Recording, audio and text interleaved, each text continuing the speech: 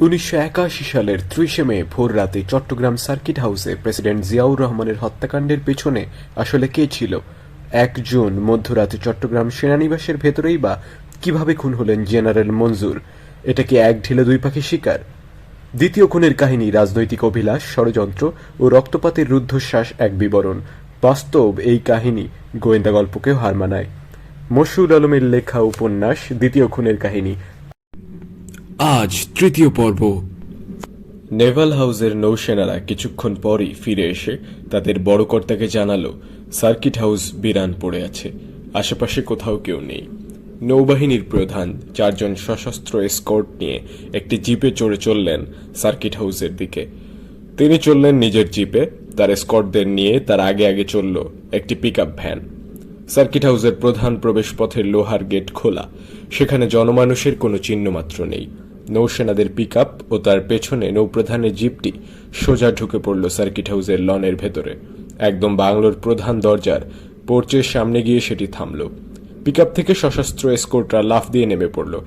জিপের চালক নেমে নৌবাহিনীর প্রধানের সিটের পাশের দরজাটি খুলে ধরলে তিনিও নামলেন। শঙ্কিত দৃষ্টি বুলিয়ে নিলেন চারিদিকে। তারপর 2 কদম এগিয়ে গিয়ে পা রাখলেন কাঠের বারান্দা ঘেরা দরজার সিঁড়িতে এবং থমকে দাঁড়ালেন। দেখতে পেলেন রক্তে ভেসে যাচ্ছে বারান্দার মেঝে। সেখানে পড়ে আছে 2টি মৃতদেহ। একটির পরনে সেনাবাহিনীর পোশাক, অন্যটির পুলিশের খাকি। তিনি তার সঙ্গে আসা সশস্ত্র 4 জন নৌসেনাকে বাংলোর ভেতরে ঢোকার নির্দেশ দিলেন। গেট ইনসাইড, দেখো ভিতরের অবস্থা কি। সৈন্যরা লাশ দুটি ডিঙিয়ে অস্ত্র তাক করে ঢুকে পড়ল ভেতরে। দেখতে পেল ভেতরে সশস্ত্র কিংবা জীবিত কেউ নেই। শুধু দোতলার ওঠার সিঁড়ির গোড়ায় পড়ে আছে এক সৈন্যের লাশ। তারা অস্ত্র উঁচিয়ে এদিক সেদিক উঁকি মেরে দেখল 2 জন সতর্ক পায়ে উঠে গেল সিঁড়ি বেয়ে। সিঁড়ির শেষ ধাপে পা রেখে তারা থমকে দাঁড়ালো। তাদের আঙুল আপনা আপনি চলে গেল রাইফেলের ট্রিগারে। তারা দেখতে পেল দীর্ঘ করিডোরের মাঝামাঝি একটা কক্ষের দরজার পাশে দাঁড়ানো প্রায় 6 ফুট দীর্ঘ এক সৈন্য তাদের দিকে স্বয়ংক্রিয় চীনা রাইফেল তাক করে আছে। তার উদ্দেশ্যে বাম হাত তুলে একজন বলল, আমরা নেভাল হাউস থেকে আসছি, নেভি চিফ আমাদের সাথে আছেন, হাতিয়ার নামান ভাই সাহেব। তার কথা শেষ হতে না হতেই সিঁড়ি ভেঙে উঠে এলেন নৌবাহিনীর প্রধান। তাকে দেখে দরজার কাছে দাঁড়ানো প্রেসিডেন্ট গার্ড রেজিমেন্টের সৈন্যটি রাইফেল নামিয়ে দূর থেকে সশব্দে স্যালুট করল। নৌবাহিনীর প্রধান দেখতে পেলেন ওই সৈন্যের পায়ের কাছে পড়ে আছে একটি মৃতদেহ। বুকের ভেতর ভীষণ ধাক্কা লাগলো তার, কারণ সার্কিট হাউসে প্রেসিডেন্ট সুইট তার চেনা আছে। গার্ড রেজিমেন্টের সৈন্যটি অস্ত্র হাতে দাঁড়িয়ে আছে সেই সুইটেরই দরজার পাশে, এবং এটা বুঝতে তার এক মুহূর্তেও লাগলো না যে তার পায়ের কাছে পড়ে থাকা ওই মৃতদেহটি স্বয়ং রাষ্ট্রপতি জিয়াউর রহমানের। সৈন্যটি তাকেই পাহারা দিচ্ছে। এগিয়ে গেলেন রিয়ার অ্যাডমিরাল M.A. খান, যাকে নৌবাহিনীর প্রধানের পদে অধিষ্ঠিত করেছেন এই রাষ্ট্রপতি, যিনি এখন একটি মৃতদেহ। সেই মৃত রাষ্ট্রপতিকেই তিনি স্যালুট করলেন, কিন্তু ভালো করে তাকাতে পারলেন না তার দিকে। মেঝেতে রক্তের বান, তার মধ্যে পড়ে থাকা মৃতদেহটি মহামান্য রাষ্ট্রপতিরই, এটা যেন তিনি বিশ্বাস করতে পারছেন না। তিনি হঠাৎ ঘুরে দাঁড়ালেন এবং তার সঙ্গে আসা নৌসেনাদের উদ্দেশ্যে ফলো মি বলে ব্যস্ত পায়ে হেঁটে গেলেন সিঁড়ির দিকে। সিঁড়ি বেয়ে এত দ্রুত নামতে শুরু করলেন যে নৌসেনারা অবাক হয়ে ভাবতে লাগলো এত ব্যস্তভাবে তাদের স্যার এবার কোথায় চললেন। তিনি আর কোনো দিকে না তাকিয়ে বাংলো থেকে বেরিয়ে সোজা গিয়ে দাঁড়ালেন তার জিপের দরজার সামনে। চালক হন্তদন্ত দরজা খুলে ধরলে তিনি উঠে তার সিটে বসলেন। এবার তার জিপটি সার্কিট হাউসের লন থেকে বেরিয়ে এলো আগে। পেছন থেকে তাকে অনুসরণ করে চলল এসকর্টদের পিকআপ। মিনিট 3 মধ্যে নেভাল হাউসে পৌঁছে নৌবাহিনীর প্রধান আবিষ্কার করলেন তাকে চেপে ধরেছে ভীষণ এক আতঙ্ক। তিনি আগে টের পাননি যে এরকম আকস্মিকভাবে এমন প্যানিকে আক্রান্ত তিনি হতে পারেন। তিনি ইতিমধ্যে নিশ্চিত যে চট্টগ্রাম সেনানিবাসে মুক্তিযোদ্ধার সেনা অফিসাররা জেনারেল মঞ্জুরের নেতৃত্বে রাষ্ট্রপতি জিয়াকে হত্যা করে অভ্যুত্থান ঘটিয়ে ফেলেছে। এখন যদি তারা জানতে পারে রাষ্ট্রের 3 প্রতিরক্ষা সশস্ত্র বাহিনীর প্রধানদের একজন নৌবাহিনীর প্রধান এই মুহূর্তে চট্টগ্রামে অবস্থান করছেন, তাহলে তার সামনে বিরাট বিপদ উপস্থিত হবে। অভ্যুত্থানকারীরা অবশ্যই তাকে নেভাল হাউস থেকে সেনানিবাসে নিয়ে যেতে চাইবে, কারণ এখন তাদের নৌবাহিনীর সমর্থন সহযোগিতা দরকার। তিনি তাদের সঙ্গে হাত না মেলালে তারা তাকে নেভাল হাউস থেকে তুলে নিয়ে সেনানিবাসে আটকে রাখবে। তাদের প্রতি সমর্থন ও সংহতি জানিয়ে বিবৃতি দিতে কিংবা চট্টগ্রাম রেডিওতে বক্তৃতা দিতে বাধ্য করবে। যারা খোদ রাষ্ট্রপতি জিয়াকে হত্যা করতে পেরেছে তারা তাকে নিয়ে কি না কি করতে পারে, এ কথা ভেবে তিনি ভেতরে ভেতরে শিউরে উঠলেন এবং তার চোখের সামনে ভেসে উঠল আপন সন্তানদের মুখচ্ছবি, যাদের এতিম হওয়ার কথা তিনি দুঃস্বপ্নেও ভাবতে পারেন না। একই সঙ্গে তিনি দেখতে পেলেন সদ্য প্রয়াত রাষ্ট্রপতির স্ত্রী ও 2 বালক সন্তানের করুণ মুখচ্ছবি, যেমনটি তিনি বাস্তবে কখনো দেখেননি। ফজরের ওয়াক্ত ইতিমধ্যে পেরিয়ে গেছে, তবু নৌবাহিনী প্রধানের পোশাক পরা অবস্থায় এবং টুপি ছাড়াই তিনি নামাজে দাঁড়ালেন, কিন্তু ইবাদতে মনোসংযোগে ব্যর্থ হলেন। সন্তানদের মুখচ্ছবি তার চোখের সামনে থেকে সরল না এবং তিনি লক্ষ্য করলেন নামাজে দাঁড়ানো অবস্থায় তার 2 হাঁটুতে মৃদু কম্পন অনুভূত হচ্ছে। তিনি দ্রুত লয়ে সূরা ফাতিহা পাঠ করতে শুরু করলেন। ক্রমে সে লয় দ্রুততর হয়ে উঠল এবং নিজের কণ্ঠস্বর শুনতে শুনতে তার কানে বাজতে লাগলো মোটরযান স্টার্ট দেওয়ার যান্ত্রিক শব্দ। 2 চোখ বন্ধ করে তিনি দেখতে পেলেন চট্টগ্রাম সেনানিবাস থেকে বেরিয়ে আসছে সশস্ত্র সৈন্যভর্তি সামরিক পিকআপ, একটার পেছনে আরেকটা, তার পেছনে আরেকটা, সারি বেঁধে তারা এগিয়ে আসছে নেভাল হাউসের দিকে। তিনি সূরা ফাতিহা শেষ করে শুরু করলেন সূরা ফিল। বন্ধ চোখে দেখতে পেলেন পিলপিল করে এগিয়ে আসছে সশস্ত্র সৈন্যভর্তি সারিবদ্ধ সামরিক স্থানগুলো।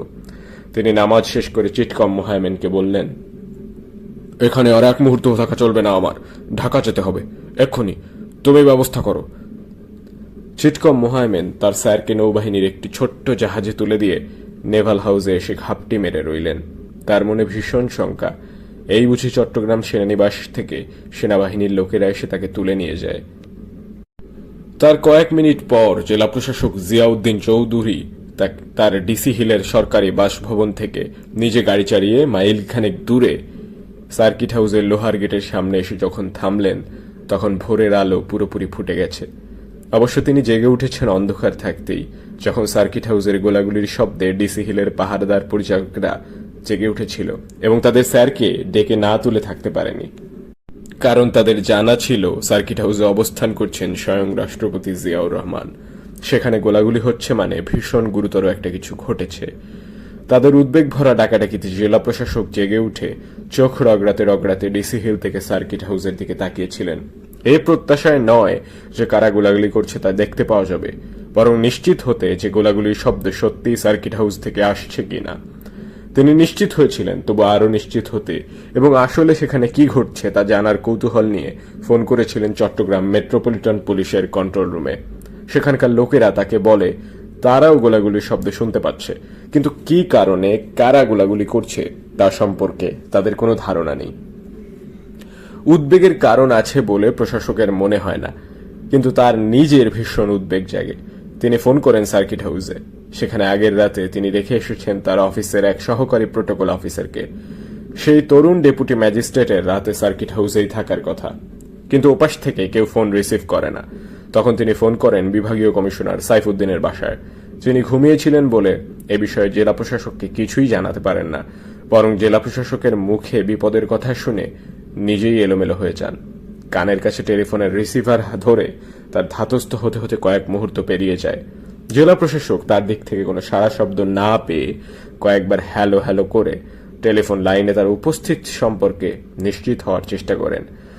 তবে তৃতীয়বার তার হ্যালোতে বিভাগীয় কমিশনারের সব বিত ফিরে আসে। তিনি নিশ্চিত করেন যে জেলা প্রশাসকের কথাগুলো তিনি শুনতে পাচ্ছেন। তিনি তাকে জানান যে সার্কিট হাউসে অবস্থানরত রাষ্ট্রপতির সামরিক একান্ত সচিব লেফটেন্যান্ট কর্নেল মাহফুজের কামরায় একটি টেলিফোন আছে। তিনি তাকে ফোন করবেন এবং মাহফুজ যদি অক্ষত থেকে থাকেন এবং তাকে জানান সার্কিট হাউসে কি হচ্ছে, তাহলে তিনি জেলা প্রশাসককে কল ব্যাক করে অবশ্যই সবকিছু বলবেন। এই ফাঁকে জেলা প্রশাসক ফোন করেন সার্কিট হাউসের পাশে সরকারি পরিবহন পুলের গ্যারেজে, এই প্রত্যাশায় যে সেখানে কেউ না কেউ টেলিফোন রিসিভ করবে। ঘটনাক্রমে সেখানে টেলিফোন রিসিভ করে সেই তরুণ ডেপুটি ম্যাজিস্ট্রেট, যে সার্কিট হাউসের সহকারী প্রোটোকল অফিসারের দায়িত্ব পালন করছিল এবং গোলাগুলির মধ্যে পড়ে সার্কিট হাউসের ডাইনিং হলের পেছন দরজা দিয়ে বের হয়ে আশ্রয় নিয়েছে 300 গজ দূরের গ্যারেজে। জেলা প্রশাসক তাকে জিজ্ঞেস করেন সার্কিট হাউসে কি ঘটেছে, সেখানে কে ঢুকেছে তা দেখে জানাতে পারবে কিনা। তরুণ ম্যাজিস্ট্রেট তাকে অপেক্ষা করতে বলে। জেলা প্রশাসক ফোন রেখে ফোনের পাশেই অস্থিরভাবে পায়চারি করতে থাকেন। একটু পরে ফোন বেজে ওঠে এবং তিনি বিভাগীয় কমিশনার সাইফুদ্দিনের কণ্ঠ শুনতে পান। রাষ্ট্রপতি জিয়াউর রহমান নিহত হয়েছেন। লেফটেন্যান্ট কর্নেল মাহফুজ টেলিফোনে তাকে এই খবর জানিয়েছেন। এখন সার্কিট হাউসের প্রধান প্রবেশপথে গাড়ি থেকে নেমে তিনি দেখতে পেলেন ভেতরের লনে, গেট থেকে সামান্য ভেতরে আর সার্কিট হাউসের মূল বাংলো থেকে বেশ খানিকটা দূরে ঘন হয়ে দাঁড়িয়ে আছেন চট্টগ্রাম এর ঊর্ধ্বতন সরকারি কর্মকর্তাদের ৩ জন, বিভাগীয় কমিশনার, মেট্রোপলিটন পুলিশ কমিশনার ও deputy inspector general of police. তাদের সঙ্গে আরও আছেন চট্টগ্রাম পুলিশ সুপার ও পুলিশের স্পেশাল ব্রাঞ্চের এক কর্মকর্তা। জেলা প্রশাসক হেঁটে হেঁটে তাদের কাছে গিয়ে দাঁড়ালেন। তারা পরস্পরের মুখের দিকে তাকালেন, কিন্তু কারো মুখে কোনো সম্ভাষণ উচ্চারিত হলো না। যেন এমন গুরুতর কিছু ঘটে গেছে যে তারা স্বাভাবিক সৌজন্য প্রকাশের রীতিও ভুলে গেছেন। স্নায়ু বিধ্বংসী ভয়বিহলতার মধ্যে দাঁড়িয়ে তারা চেয়ে চেয়ে দেখছেন সার্কিট হাউসের বাংলোটিকে। সেদিকে এগিয়ে যাওয়ার সাহস পাচ্ছেন না, কারণ তারা জানেন না ভেতরে কত বড় হত্যাযজ্ঞ ঘটেছে এবং তারা ভেতরে গেলে আরো কি কি ঘটতে পারে। পুরো সার্কিট হাউস চত্বরে পুলিশের একজনও কর্মী দেখা যাচ্ছে না বলে চট্টগ্রাম পুলিশের 2 বড় কর্তার কপাল কুঁচকে রয়েছে। তারা সবিস্ময়ে ভাবছেন রাষ্ট্রের সর্বোচ্চ ক্ষমতার অধিকারী ব্যক্তিটি খুন হয়ে গেছেন কি অনায়াসে, কতই না সহজে। একটু পরে তারা দেখতে পেলেন সার্কিট হাউসের মূল বাংলোটির কাঠের বারান্দা ঘেরা দরজা দিয়ে বেরিয়ে আসছেন রাষ্ট্রপতির সামরিক একান্ত সচিব লেফটেন্যান্ট কর্নেল মাহফুজ। আগা 5 তলা সামরিক পোশাকে আর সম্পূর্ণ অক্ষত অবস্থায় তাকে দেখতে পেয়ে সরকারি কর্মকর্তাদের বিস্ময় জাগে। লেফটেন্যান্ট কর্নেল মাহফুজ কিন্তু তাদের দিকে তাকিয়ে একবারও চোখ তুলে তাকালেন না। তিনি সার্কিট হাউস থেকে বের হয়েছেন একটি বেতার যন্ত্র তার কানে ধরা অবস্থায়, কথা বলতে বলতে। এখনো পোর্চের সামনে পায়চারি করতে করতে তিনি বেতার যন্ত্রে কথা বলে চলেছেন, কিন্তু কার সঙ্গে কি কথা বলছেন তা এত দূর থেকে শুনতে পাওয়া যাচ্ছে না। ফলে তাকে নির্বাক চলচ্চিত্রের অভিনেতাদের মতো দেখাচ্ছে। আর এই অস্বাভাবিক রকমের নিঃশব্দের সকালের সঙ্গে বেশ মানিয়ে যাচ্ছে। কোথাও কোনো কথা নেই, কোনো ধ্বনি নেই, শব্দ নেই। বাতাস থেমে আছে, নিস্পন্দ দাঁড়িয়ে আছে গাছপালা। একটি পাখিও ডাকছে না কোথাও, যেন এক প্রচণ্ড বজ্রাঘাতের পর বিলুপ্ত হয়ে গেছে শব্দের জগৎ।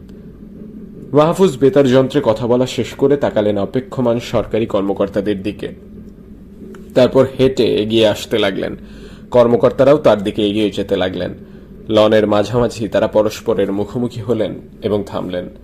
সরকারি কর্মকর্তারা এবার মাহফুজের চোখে মুখের অভিব্যক্তি ভালোভাবে দেখার সুযোগ পেলেন এবং দেখে বিস্মিত হলেন যে তার মুখমণ্ডল ভাবলেশহীন।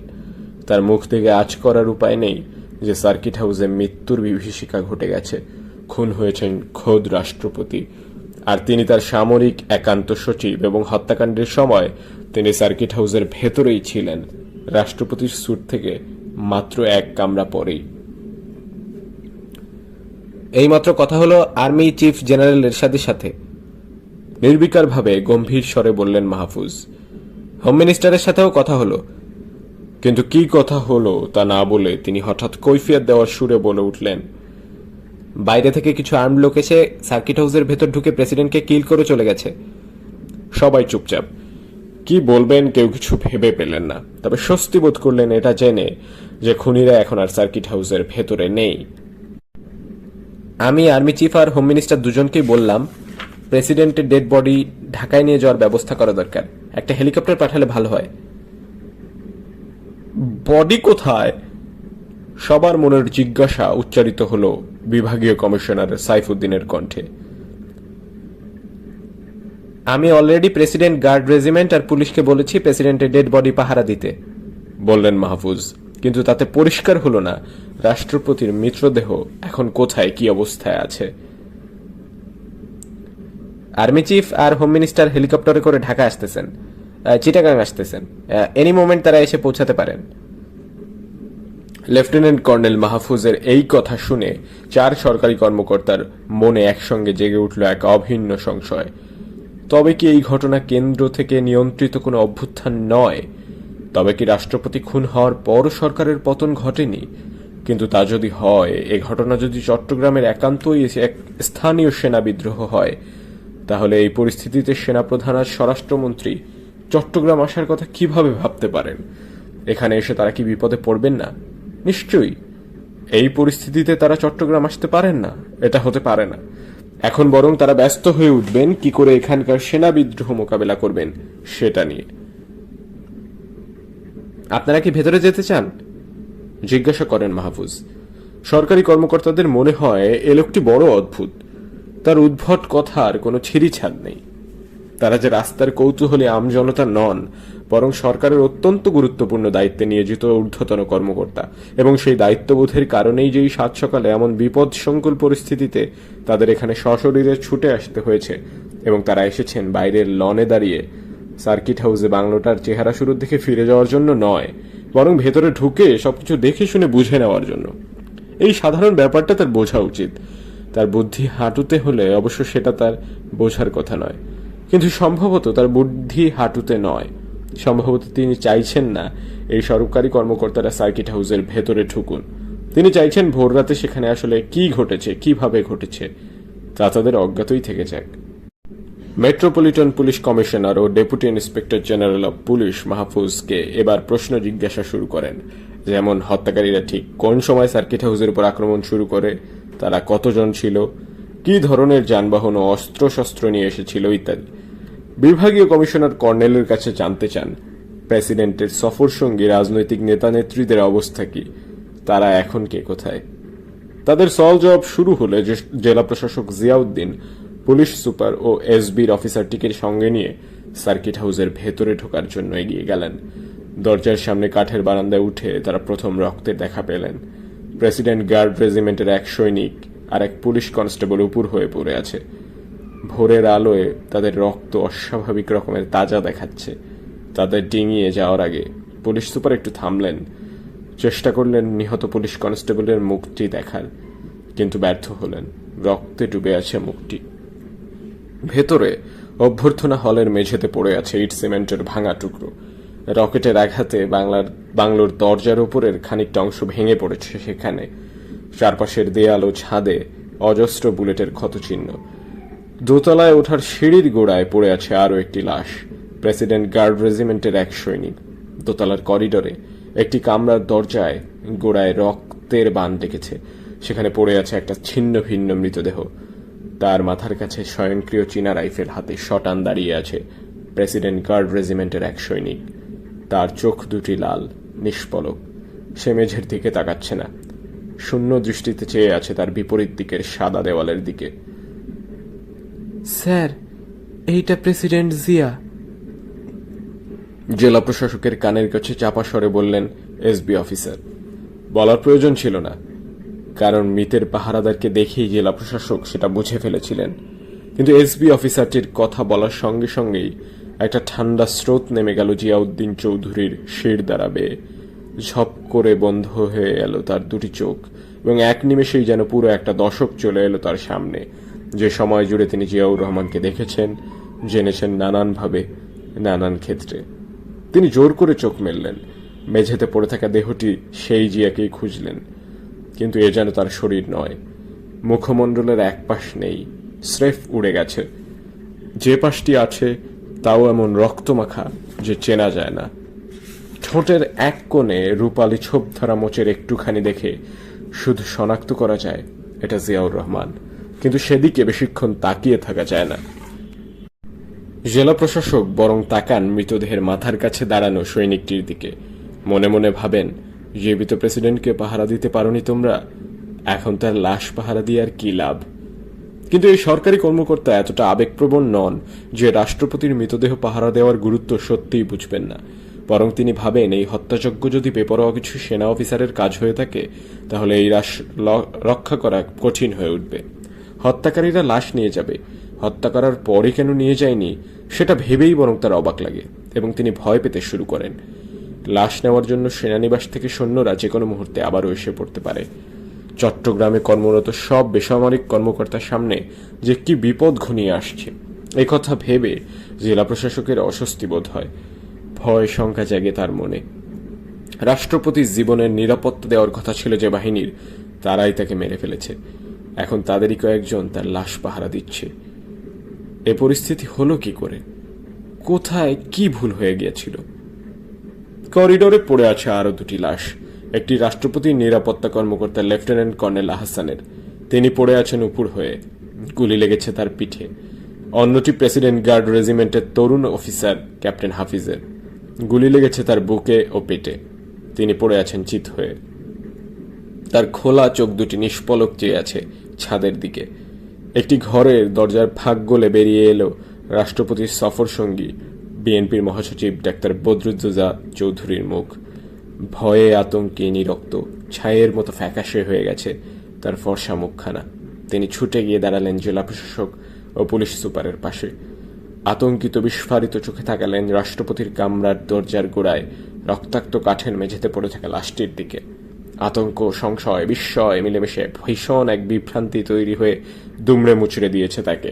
তিনি ঘাড় ফিরিয়ে তাকালেন জেলা প্রশাসকের মুখের দিকে। অদ্ভুত এক ভুতুরে ভঙ্গিতে মাথা নাড়লেন জেলা প্রশাসক। যা দেখে চৌধুরী সাহেবের মনে হলো এটা সত্যি নয়, বাস্তব নয়, ভীষণ এক দুঃস্বপ্নের মধ্যে ঘাবি খাচ্ছেন তিনি। তখন আরেকটি কামরার দরজা খুলে গেল। বেরিয়ে এলেন আতঙ্কে কাঠের কঙ্কালে পরিণত নেত্রী আমেনা রহমান, রাষ্ট্রপতির আরেক সফর সঙ্গী। তার সর্বদেহ এমন থরথর করে কাঁপছে যেন এক্ষুনি ভূপাতিত হবেন। আরেকটি ঘর থেকে বেরিয়ে এলেন প্রতিমন্ত্রী মুহিবুল ইসলাম। সিঁড়ি বেয়ে উপরে উঠে এলেন লেফটেন্যান্ট কর্নেল মাহফুজ, বিভাগীয় commissioner, metropolitan police commissioner, deputy inspector general of police. কোথা থেকে যেন আবির্ভূত হলেন রাষ্ট্রপতির ব্যক্তিগত চিকিৎসক লেফটেন্যান্ট কর্নেল মাহতাব ও এডিসি ক্যাপ্টেন মাজহার। দুজনেরই চোখে মুখে এমন বিহবলতা যেন তাদের মাথার পাশেই বজ্রপাত ঘটেছে। একটুর জন্য তারা বিদ্যুৎ স্পৃষ্ট হওয়া থেকে রক্ষা পেয়েছেন। করিডোরে চাপা শোরগোল পড়ে গেল। এই মুহূর্তে সার্কিট হাউস থেকে বেরিয়ে যেতে চান প্রত্যেকে। বদরুদ্দোজা চৌধুরী জেলা প্রশাসককে বলবেন, একটা গাড়ির ব্যবস্থা করতে পারেন? কোথায় যাবেন?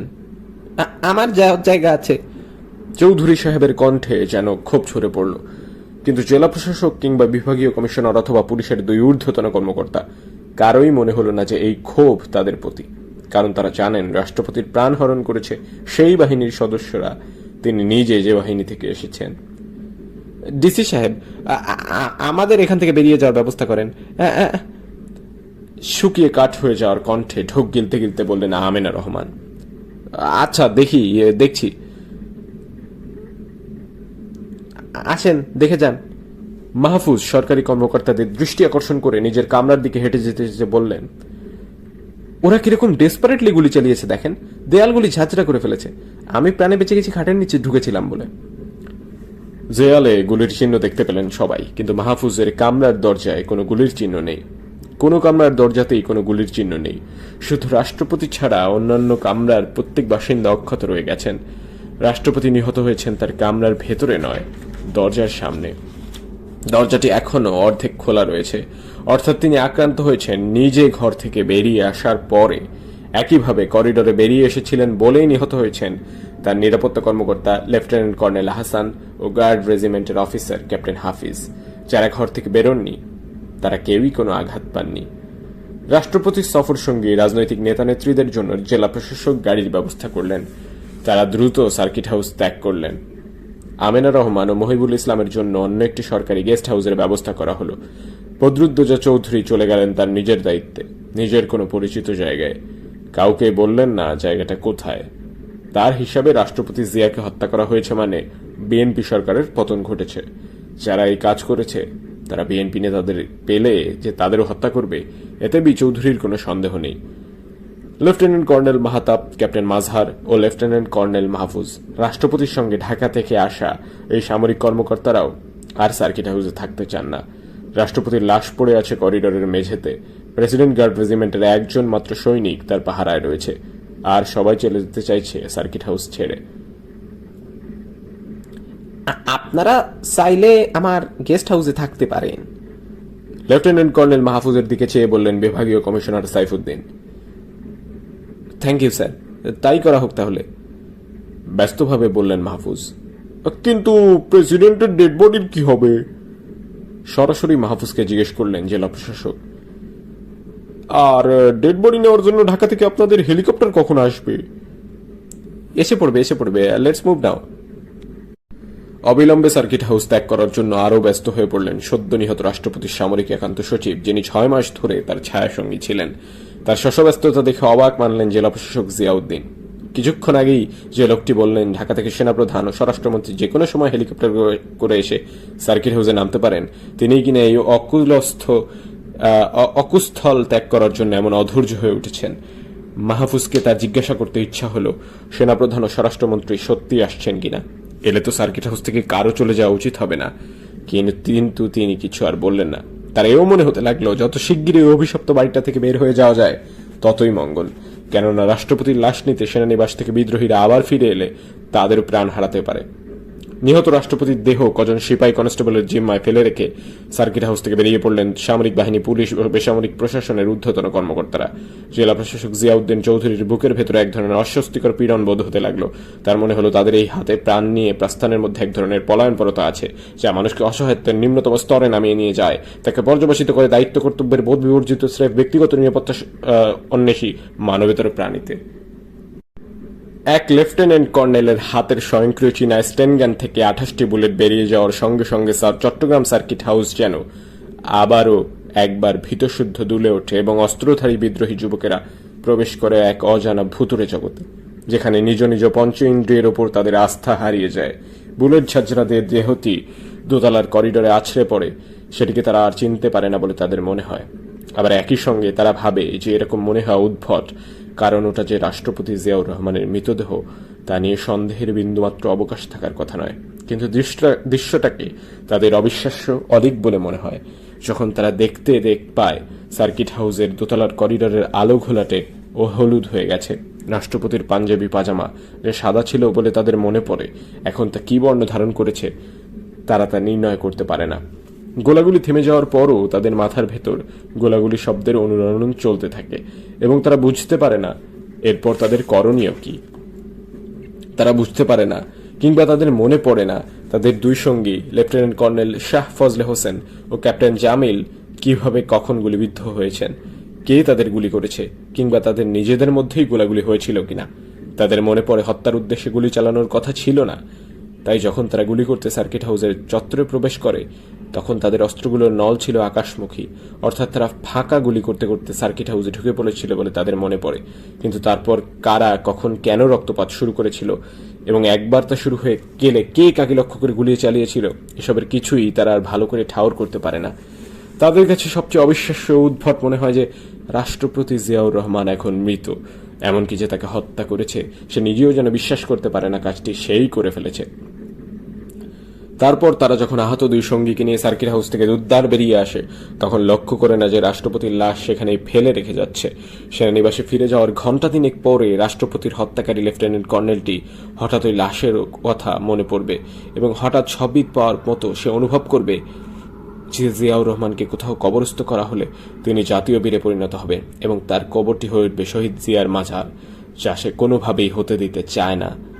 তাই সে সৈন্যবাহিনীর এক মেজরকে আবার সার্কিট হাউসে পাঠাবে, তাকে নির্দেশ দেবে সার্কিট হাউস থেকে জিয়াউর রহমানের মৃতদেহটি তুলে নিয়ে অনেক দূরে গিয়ে কোনো উঁচু পাহাড়ের উপর থেকে এমন কোনো দুর্গম জলকীর্ণ খাদে ফেলে দিতে যাতে কেউ তা কখনো খুঁজে না পায়। তার আগে সার্কিট হাউসে রাষ্ট্রপতির দেহ ও রক্ত ঠান্ডা হয়ে জমাট বাঁধতে শুরু করার আগেই আরেক লেফটেন্যান্ট কর্নেলের নেতৃত্বে মেজর ক্যাপ্টেনদের একটি গ্রুপ সেখান থেকে বেরিয়ে সোজা ছুটে যায় আগ্রাবাদে, রেডিও বাংলাদেশের চট্টগ্রাম কেন্দ্রের দিকে। রাষ্ট্রীয় বেতার কেন্দ্রটি পাহারার কাজে নিয়োজিত 4 পুলিশ কনস্টেবল, যারা দরিদ্র ও হাড্ডিসার।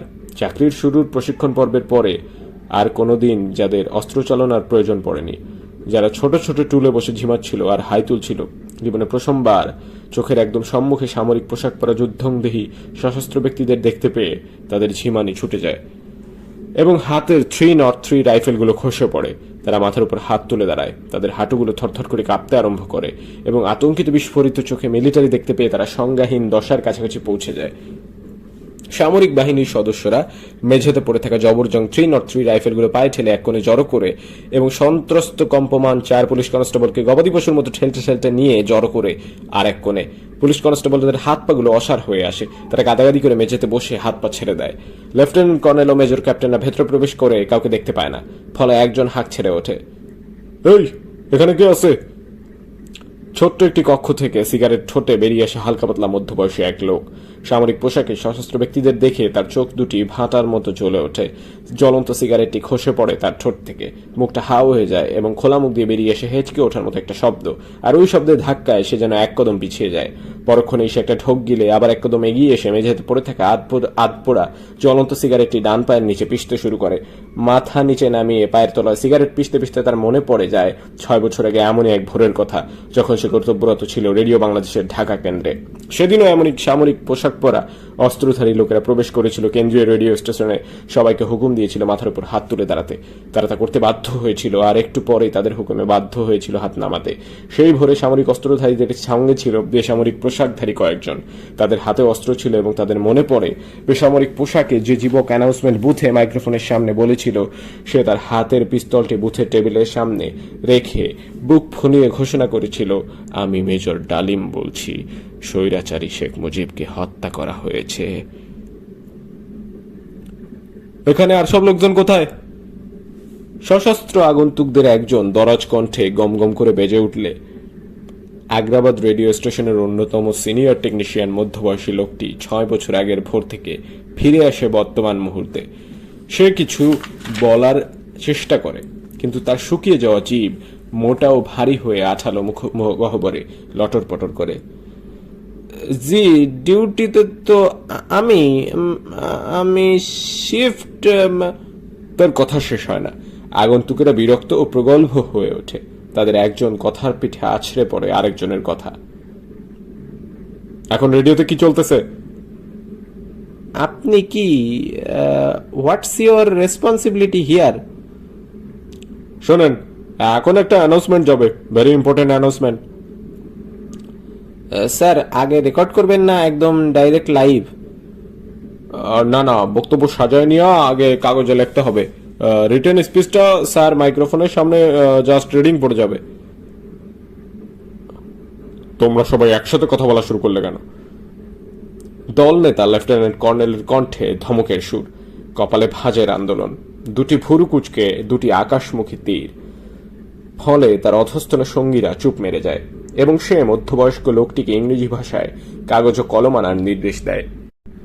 লোকটি দিশেহারা হয়ে এদিক ওদিক তাকায়, তারপর চরকির মতো এক চক্কর ঘুরে টলমল পায়ে উল্টো দিকে কয়েক কদম হেঁটে গিয়ে অ্যানাউন্সমেন্ট বুথের বন্ধ ভারী দরজায় বেদম থাবড়াতে আরম্ভ করে। এটা করার জন্য যে মাত্রায় হিতাহিত জ্ঞানশূন্য হওয়ার প্রয়োজন, তেমনটি এর আগে কখনো কেউ হয়নি। কারণ দরজার ও পাশে বসে যা কিছু বলা হয় তা সরাসরি ইথারে চলে যায়। তার থাবড়ানির দরজার শব্দ শুনে ভীষণ বিরক্ত আর বিস্মিত চেহারা নিয়ে বেরিয়ে আসে এক যুবক অনুষ্ঠান ঘোষক, যে আর 50 সেকেন্ডের মধ্যেই ঘোষণা করতে যাচ্ছিল যে শ্রোতারা এবার শুনতে পাবে শাহনাজ রহমতুল্লাহর কণ্ঠে আরেকটি দেশের গান। কেননা সৈয়দ আব্দুল হাদির কণ্ঠে সূর্যোদয় তুমি সূর্যাস্ত তুমি শেষ হয়ে এসেছে। দরজার সামনে সে সিনিয়র টেকনিশিয়ানকে কাঁপতে দেখে, হলোটা কি মালেক ভাই বলে চেঁচিয়ে ওঠে, কিন্তু বাক্য শেষ করতে পারে না। তার নজরে পড়ে একটু দূরেই অস্ত্র হাতে দাঁড়িয়ে আছে সামরিক পোশাকে পরিহিত 4 যুবক। তাদের 8টি রক্তচক্ষু নির্বিশেষে চেয়ে আছে তারই দিকে। আপনি কি করেন? এদিকে আসেন। একজন তাদের হাত দিয়ে নেড়ে ধমকের সুরে ডাকে। সে ভীরু পদক্ষেপে এগিয়ে আসতে শুরু করলে আরেকজন তাকে বলে, এক শীট সাদা কাগজ আর একটা কলম নিয়ে আসেন। অনুষ্ঠান ঘোষক যুবকটি তখন থমকে দাঁড়ায় এবং উল্টো দিক থেকে ঘুরে আবার বুথের দিকে যেতে উদ্যত হয়।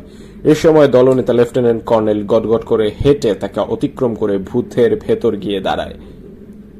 অ্যানাউন্সমেন্টগুলো কি এখান থেকে করা হয়? এদিকে আসেন, কাগজ কলম দেন। যুবকটি বুথের ভেতরে ঢোকে। বসেন স্যার, এখানে বসেন, কাগজ কলম দিচ্ছি স্যার।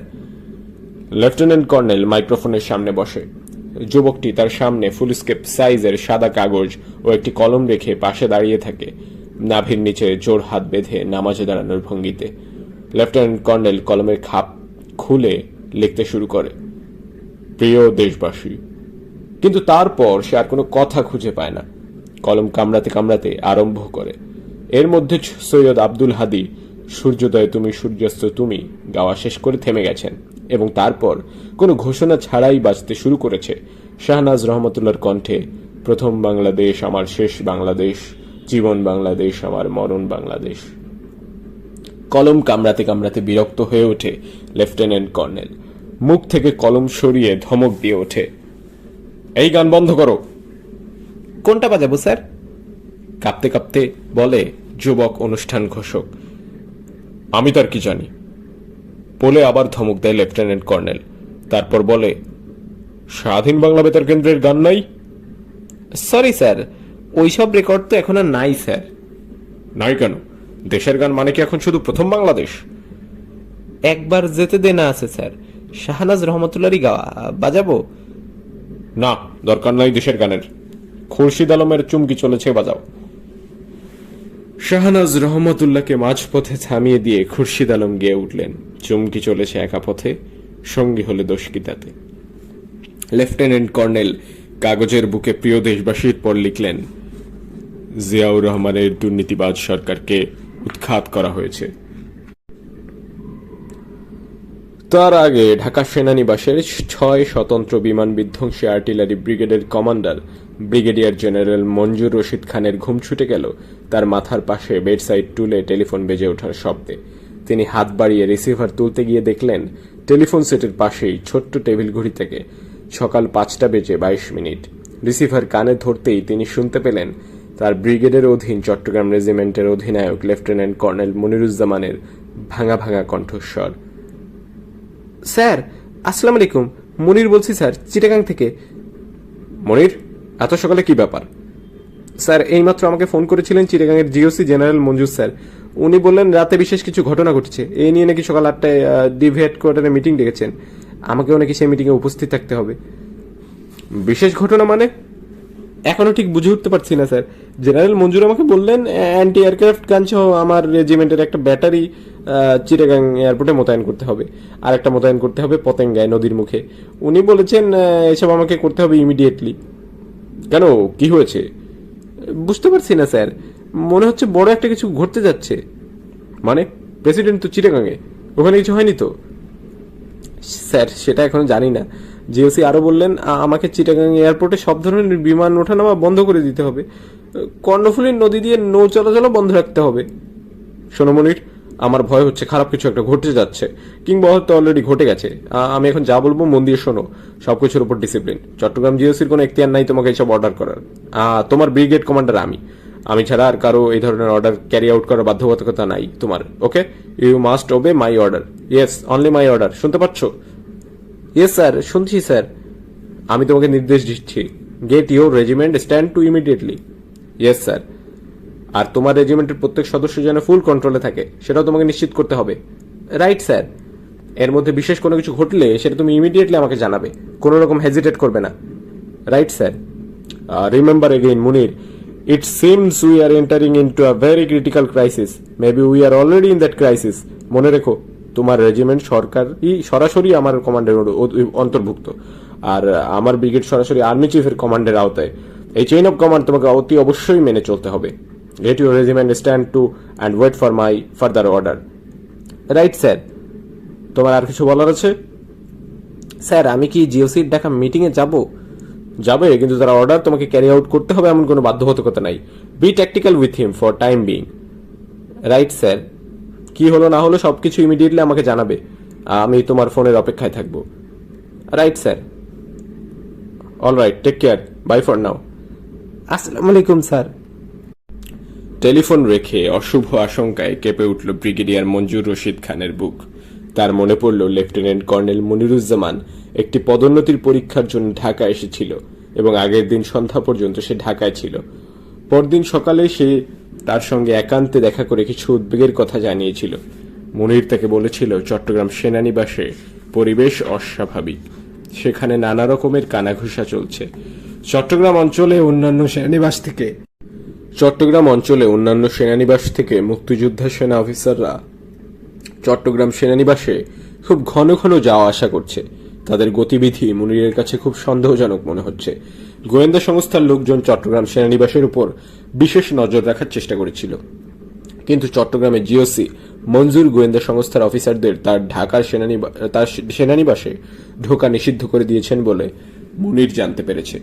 তাহলে লেফটেন্যান্ট কর্নেল মুনিরের সন্দেহ অমূলক ছিল না, ভাবলেন ব্রিগেডিয়ার মঞ্জুর রশিদ খান। কিন্তু কি ঘটে থাকতে পারে চট্টগ্রামে, অথবা কি ঘটতে যাচ্ছে? যদি ইতিমধ্যে মারাত্মক কিছু ঘটে থাকে তাহলে সেনা সদরের অপারেশনস বিভাগ নিশ্চয়ই তা জানতে পেরেছে। হয়তো সেনা সদরের সব অফিসার ইতিমধ্যে অফিসে জড়ো হয়েছে, কারণ জরুরি পরিস্থিতিতে সবাইকে কর্মস্থলে ছুটে যেতে হয়। এই ভেবে তিনি ফোন করলেন সেনা সদরের মিলিটারি অপারেশন ডাইরেক্টরেটের ডিরেক্টর ব্রিগেডিয়ার ওয়াহিদের অফিসে। টেলিফোন বেজে চলল, কিন্তু ওপাশে কেউ রিসিভার তুলল না। লাইন কেটে দিয়ে তিনি ফোন করলেন chief of general staff major general নুরুদ্দিনের অফিসে, কিন্তু সেখান থেকেও সাড়া মিলল না। তারপর আর কোনো উপায়ন্তর না দেখে তিনি ফোন করলেন সরাসরি সেনাপ্রধান লেফটেন্যান্ট জেনারেল HM এরশাদের অফিসের নাম্বারে, কিন্তু সেখানেও কেউ রিসিভার তুলল না। ব্রিগেডিয়ার মঞ্জুর অবাক হয়ে ভাবলেন, চট্টগ্রামে যদি মারাত্মক কিছু ঘটে গিয়ে থাকে তাহলে সে খবর সেনা সদরের সবচেয়ে গুরুত্বপূর্ণ 3টি দপ্তরের কারো কাছে এখনো পৌঁছেনি। এটা কি করে হতে পারে? না, এটা সম্ভব নয়। কোনো না কোনো সূত্রে সেনা সদরের কারো না কারো কাছে ইতিমধ্যে জেনে যাওয়ার কথা চট্টগ্রামে আসলে কি ঘটেছে। তবে কি লেফটেন্যান্ট কর্নেল মুনিরের উদ্বেগ আশঙ্কা অমূলক? ব্রিগেডিয়ার মঞ্জুর রশিদ খান এবার ফোন করলেন ডিএমও ব্রিগেডিয়ার ওয়াহিদের বাসার নম্বরে, এই ভেবে যে তিনি যখন অফিসে যাননি তখন নিশ্চয়ই বাসায় আছেন। হ্যালো। ব্রিগেডিয়ার ওয়াহিদের ঘুম জড়ানো কণ্ঠস্বর শুনে ব্রিগেডিয়ার মঞ্জুর বুঝতে পারলেন যে তিনি তার ঘুম ভাঙালেন। সেজন্য সরি বলে তিনি তাকে জিজ্ঞেস করলেন, চিটাগাংয়ের কোনো খবর জানতে পেরেছেন? চিটাগাংয়ের খবর? কেন, কি হয়েছে ওখানে? ব্রিগেডিয়ার মঞ্জুর লেফটেন্যান্ট কর্নেল মুনিরুজ্জামানের কাছে যা শুনেছেন তা বললেন, এবং তা শুনে ব্রিগেডিয়ার ওয়াহিদ আতকে উঠলেন। মাই গড, কি বলছেন এসব? প্রেসিডেন্ট তো কাল চিটাগাং গেছেন, উনি তো এখন চিটাগাংয়ে। ভয়টা তো সেজন্য ওই জেনারেল মঞ্জুর কি তার ফ্রিডম ফাইটারদের অফিসারদের নিয়ে কু করে ফেললেন? চিটাগাংয়ে বসে coup? That must be absurd. ওনার মাথাটা তো খারাপ হয়ে গেছে নাকি? বিষয়টা কি সিজিএস আর আর্মি চিফকে আমি জানাবো? না না, আমি জানাচ্ছি, খোদা হাফেজ। প্রত্যুত্তরে খোদা হাফেজ বলার সুযোগ পেলেন না ব্রিগেডিয়ার মঞ্জুর। ওপাশে ব্রিগেডিয়ার ওয়াহিদ ফোন রেখে দিলেন। ব্রিগেডিয়ার মঞ্জুর বুঝতে পারলেন ব্রিগেডিয়ার ওয়াহিদ এটা করলেন কারণ এক্ষুনি তিনি সিজিএস নুরুদ্দিন খান ও সেনাপ্রধান এরশাদকে ফোন করে সবকিছু জানাবেন। তিনি অবাক হয়ে ভাবতে লাগলেন, এটা কিভাবে হতে পারে যে সেনাপ্রধান কিংবা সিজিএস এখনো জানেন না যে চট্টগ্রামে আসলে কি ঘটেছে। ডিজিএফআই এর গোয়েন্দারা তাহলে কি করছে? তারা কি ঘাস খায়? আর রাষ্ট্রপতির সঙ্গে আছে তার সামরিক একান্ত সচিব, নিরাপত্তা কর্মকর্তা ও এডিসি। তাদের কেউ কি এখন পর্যন্ত সেনাপ্রধানকে কিছু জানায়নি? তারা কি বন্দী হয়েছে নাকি মারা পড়েছে? মারা না পড়ে থাকলে তারা কি ঢাকার সঙ্গে যোগাযোগ করতে পারেনি? তা কি করে হয়? তাদের কাছে তো ওয়্যারলেস থাকার কথা। তবে কি কিছুই ঘটেনি? ঘটতে যাচ্ছে বলে মনে হয়েছে মুনিরের, নাকি আসলে কিছু ঘটে গেছে? রাষ্ট্রপতির সঙ্গে বন্দী হয়েছে তার সঙ্গেকার সেনা অফিসাররাও। ওরা কি প্রেসিডেন্ট জিয়া ও তার সঙ্গীদের চট্টগ্রাম সার্কিট হাউসে বন্দী করেছে, নাকি তাকে তুলে নিয়ে গেছে চট্টগ্রাম সেনানিবাসে, নাকি একদম মেরেই ফেলেছে সবাইকে? প্রমোদ গুনলেন ব্রিগেডিয়ার মঞ্জুর রশিদ খান। আবার প্রেসিডেন্ট হত্যা। টেলিফোন বেজে উঠল। চমকে উঠে উঠলেন, রিসিভার তুলে নিলেন ব্রিগেডিয়ার মঞ্জুর। হ্যালো। নুরুদ্দিন খান বলছি। আসসালামু আলাইকুম স্যার, চিটাগাংয়ের খবর পেয়েছেন? তুমি কি শুনেছ? Brigadier Manzur chief of general staff major general Nuruddin খানকে সেই কথাগুলোই বললেন যা কিছুক্ষণ আগে বলেছেন ডিএমও ব্রিগেডিয়ার ওয়াহিদকে। সিজিএস নুরুদ্দিন নীরবে শুনে গেলেন, মাঝখানে কোনো প্রশ্ন জিজ্ঞাসা করলেন না। ব্রিগেডিয়ার মঞ্জুর সব কথা শেষ করে যখন থামলেন, সিজিএস তখন জানতে চাইলেন চট্টগ্রাম থেকে লেফটেন্যান্ট কর্নেল মুনির তাকে ফোন করেছিলেন ঠিক কটার সময়? 5:22 স্যার। আচ্ছা, তারপর আর সে কোনো ফোন টোন করেনি? জি না স্যার। আচ্ছা, চিটাগাং থেকে আর কিছু জানতে পারলে সঙ্গে সঙ্গে আমাকে জানিও। Yes sir. CGS Nuruddin phone রেখে দিলেন। একটু পরেই আবার ফোন বেজে উঠল। ব্রিগেডিয়ার মঞ্জুর এবার শুনতে পেলেন সেনাপ্রধানের এডিসির কণ্ঠ। চিফ আপনার সাথে কথা বলবে। তারপরেই কানে বেজে উঠল সেনাপ্রধান এরশাদের শান্ত কণ্ঠস্বর। মঞ্জুর, তুমি কি শুনেছ? ব্রিগেডিয়ার মঞ্জুর এবার বেশ গুছিয়ে সেই কথাগুলোই আবার বললেন, যা ইতিমধ্যে বলেছেন ডিএমও ব্রিগেডিয়ার ওয়াহিদ ও সিজিএস নুরুদ্দিনকে। সেনাপ্রধান আর কোনো প্রশ্ন জিজ্ঞাসা করলেন না, শুধু বললেন, তুমি এখনই আমার অফিসে চলে এসো। Yes sir. ফোন রেখে ব্রিগেডিয়ার মঞ্জুর রশিদ খান দেখতে পেলেন বিছানায় বসে আছে তার স্ত্রী, তার চোখ দুটি বিস্ফারিত। কি হয়েছে? বুঝতে পারছি না। চিটাগাং থেকে ফোন করেছিল মুনির, ডাবল মর্নিং রেজিমেন্টের কমান্ডার। কি বলল মুনির? একই কথা আর কতবার আর কতজনকে বলতে হবে, আপন মনে বললেন ব্রিগেডিয়ার মঞ্জুর। কিন্তু স্ত্রীর উপর বিরক্ত হয়ে অন্যায় হয়ে যাবে। বেচারির উদ্বিগ্ন মুখের দিকে চেয়ে বড্ড মায়া হলো তার। তিনি মুনিরের কাছে শোনা সব কথা তাকে বললেন, সেই সঙ্গে যোগ করলেন যে তার ভীষণ দুশ্চিন্তা হচ্ছে, এবং বলতে বলতে তিনি বিছানা থেকে নেমে সামরিক পোশাক পরতে আরম্ভ করলেন। স্ত্রী চোখ দুটো আরো বিস্ফারিত করে বললেন, এই ভোরবেলায় ইউনিফর্ম পরছো কেন? যাবে কোথায়? অফিসে। এরকম ক্রিটিক্যাল পরিস্থিতিতে সব অফিসারকে অফিসে ছুটে যেতে হয়। তাছাড়া তাকে যে স্বয়ং সেনাপ্রধান অবিলম্বে তার অফিসে যাওয়ার নির্দেশ দিয়েছেন সে কথাও তিনি স্ত্রীকে জানাতে ভুললেন না। সেই সঙ্গে তাকে অভয় দিয়ে বললেন, তুমি কোনো চিন্তা করো না, আমরা নিরাপদ দূরত্বেই আছি। আরো পরে গেলে হয় না? ব্রেকফাস্ট করার পরে? ব্রেকফাস্ট? কি বলো তুমি? চিফ নিজে ফোন করে আমাকে এক্ষুনি তার অফিসে যেতে বললেন, আর তুমি বলছো ব্রেকফাস্ট করে যাও। ব্রিগেডিয়ার পত্নী আর কিছু বললেন না। ব্রিগেডিয়ার মঞ্জুর ইউনিফর্ম পরে টেলিফোনে নিচের ব্রিগেডিয়ার ইউনিটকে স্ট্যান্ড টু এর নির্দেশ দিলেন। তারপর ফোন রেখে স্ত্রীর দিকে চেয়ে বললেন, এখন তুমি একবার জিয়া ভাবির অবস্থাটা চিন্তা করে দেখো, বেচারি যদি জানতে পারেন। কথা শেষ করতে পারলেন না ব্রিগেডিয়ার মঞ্জুর, কারণ তিনি এখনো জানতে পারেননি প্রেসিডেন্ট জিয়ার কি হয়েছে কিংবা কি হতে চলেছে। তিনি 6 স্বতন্ত্র বিমান বিধ্বংসী ব্রিগেড কমান্ডারের সরকারি বাসা থেকে বেরিয়ে সেনা সদরের উদ্দেশ্যে রওনা দিলেন। ঢাকায় পুলিশ মহাপরিদর্শকের সরকারি বাসভবনে তার দপ্তরের বর্ধিতাংশ বরাবরের মতো 24 ঘন্টা কর্মরত এবং ভোরবেলা যথারীতি ঝিমোচ্ছে। রাত 12টার শিফটে যারা কাজ করে যোগ দিয়েছে তাদের নেতা যুবক সাব ইন্সপেক্টর সানোয়ার হোসেন গত 5.5 ঘন্টায় সাবার করে ফেলেছে 20টি গোল্ড লিফ সিগারেট। আর নতুন আরেকটি প্যাকেট খুলে প্রথম শলাকাটি ধরিয়ে একটান দিতেই ওয়্যারলেসের জরুরি সংকেত এলো, Victor Mike calling Victor 6. Victor Mike calling Victor 6. All station wait out. All station wait out. Sanowar cigarette ফেলে দিয়ে তড়াক করে লাফিয়ে উঠল। নিজের বাম হাতের কবজিতে বাঁধা ক্যাসিও অ্যালার্ম ক্রোনের দিকে তাকালো। তারপর তাকালো দেয়ালে ঝোলানো ঘড়ির দিকে। উভয় ঘড়িতে সে দেখতে পেল সকাল 5:35 এবং এত অবাক হলো যে কিছু ভেবে উঠতে পারল না, কারণ এরকম অসময়ে ভিক্টর 6 তথা পুলিশ মহাপরিদর্শককে ঘুম থেকে ডেকে তুলতে হবে এমন উভয় সংকট তার জীবনে এর আগে কখনো আসেনি। কিন্তু ওয়্যারলেস অপারেটরের দায়িত্ব পালনকারী কনস্টেবলটি একটিও বিস্মিত না হয়ে এবং এক মুহূর্ত নষ্ট না করে মহাপুলিশ পরিদর্শকের শয়নকক্ষের ওয়্যারলেস সেটটির সঙ্গে চট্টগ্রাম মেট্রোপলিটন পুলিশ কমিশনারের ওয়্যারলেস লিঙ্ক সংযুক্ত করে দিল। মহাপুলিশ পরিদর্শক শুনতে পেলেন সিএমপি কমিশনারের ইলেকট্রনিক কণ্ঠস্বর, ভিক্টর মাইক কলিং ভিক্টর 6, ভোর 4টার দিকে চিটাগাং সার্কিট হাউসে প্রেসিডেন্ট জিয়াউর রহমান মারা গেছেন, ওভার। হোয়াট? মারা গেছেন মানে? Over. Armed intruders from Chittagong cantonment killed the president and left the circuit house, over. Oh my God, continue, over. At about 4 o'clock in the morning, armed personnel stormed into the circuit house and shot the president dead, over. Other casualties? Over. প্রেসিডেন্টের security officer lieutenant colonel Hasan সহ president guard রেজিমেন্টের 2 জন officer ও 2 soldier নিহত। পুলিশের একজন কনস্টেবলের dead body পাওয়া গেছে, উন্ডেড কয়েকজন। প্রেসিডেন্টের military PS lieutenant colonel Mahfuz অক্ষত, প্রেসিডেন্ট সফর সঙ্গী ডাক্তার বি চৌধুরী এবং অন্যরাও অক্ষত, ওভার। প্রেসিডেন্টের ডেড বডি কোথায়? সার্কিট হাউসের অবস্থা কি? Under whose control is the circuit house at that moment, over. হত্যাকারীরা প্রেসিডেন্টকে হত্যা করে সার্কিট হাউস থেকে চলে গেছে। প্রেসিডেন্ট সহ সব ডেড বডি এখন সার্কিট হাউসে আছে, over. Any message from them? What is it? Military কু? ওভার। এ বিষয়ে আমরা এখনো জানতে পারিনি, ওভার। Continue, over. ঢাকার সঙ্গে চিটাগাংয়ের টেলিফোন যোগাযোগ বিচ্ছিন্ন করা হয়েছে। আর্মি টেলিফোন এক্সচেঞ্জ নিজেদের কন্ট্রোলে নিয়ে গেছে, ওভার। শহরে কি আর্মি মুভমেন্ট দেখা যাচ্ছে? ওভার।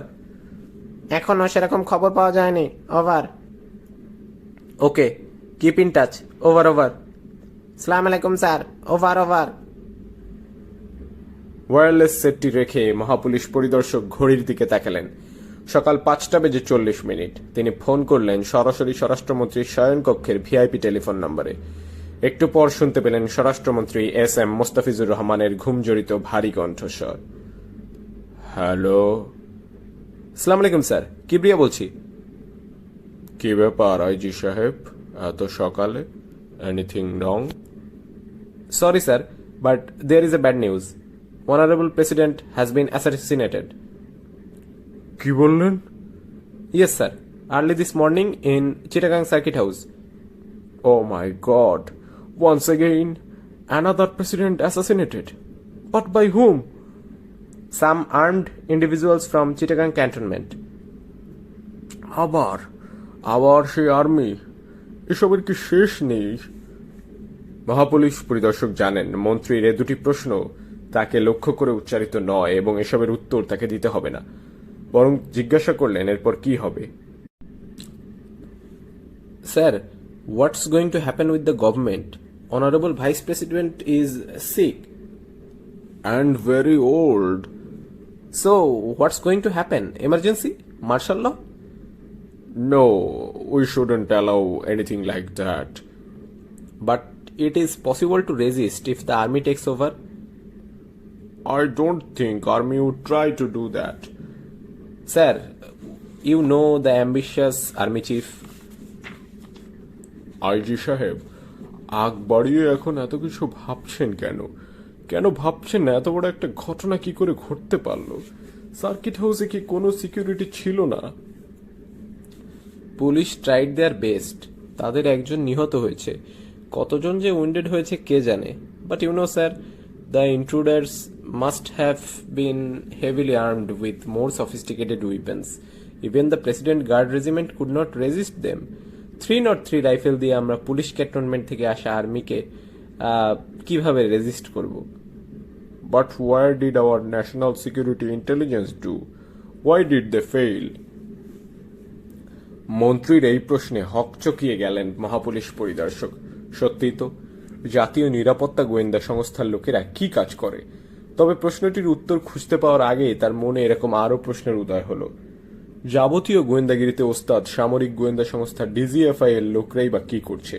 তারা কেন রাষ্ট্রপতির নিরাপত্তা নিশ্চিত করতে ব্যর্থ হলো? কিন্তু স্বরাষ্ট্রমন্ত্রীকে তিনি এ প্রশ্ন জিজ্ঞাসা করলেন না। স্বরাষ্ট্রমন্ত্রী ও পুলিশের বড় কর্তাকে জেরা করা থেকে নিরস্ত হলেন, কারণ ইতিমধ্যে তার মাথায় এসেছে অন্য দুশ্চিন্তা। তিনি আইজিপিকে বললেন, আচ্ছা এখন রাখি, আপনি চিটাগাংয়ের সাথে সর্বক্ষণ যোগাযোগ মেনটেইন করেন। নতুন কিছু জানতে পারলে আমাকে জানাবেন। খোদা হাফেজ। খোদা হাফেজ। আইজিপির সঙ্গে কথা শেষ করে স্বরাষ্ট্রমন্ত্রী ফোন করলেন প্রধানমন্ত্রী শাহ আজিজুর রহমানের সরকারি বাসভবনে। ওপাশ থেকে একজন বলল, স্যার তো ঢাকায় নাই, কুষ্টিয়া গেছে। স্বরাষ্ট্রমন্ত্রী লাইন কেটে দিয়ে একের পর এক মন্ত্রিসভার সদস্যদের বাসায় ফোন করতে লাগলেন। কয়েকজনকে পেলেন, অধিকাংশই পেলেন না। তার মুখে রাষ্ট্রপতি জিয়ার নিহত হওয়ার খবর শুনে টেলিফোনে হাউমাউ করে কেঁদে উঠলেন যোগাযোগ মন্ত্রী আব্দুল আলিম। তিনি ভেবেছেন সামরিক অভ্যুত্থান ঘটেছে এবং তা ঘটিয়েছে মুক্তিযোদ্ধা সেনা অফিসাররা।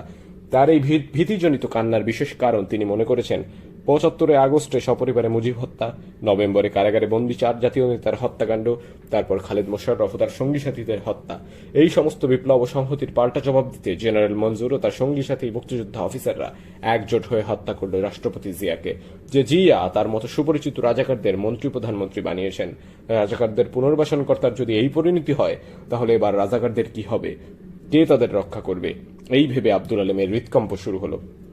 বাংলাদেশ সেনাবাহিনীর adjutant general major general Mainul Hossain চৌধুরীর ঘুম ভাঙার আগেই ঘুম ভাঙল তার স্ত্রীর।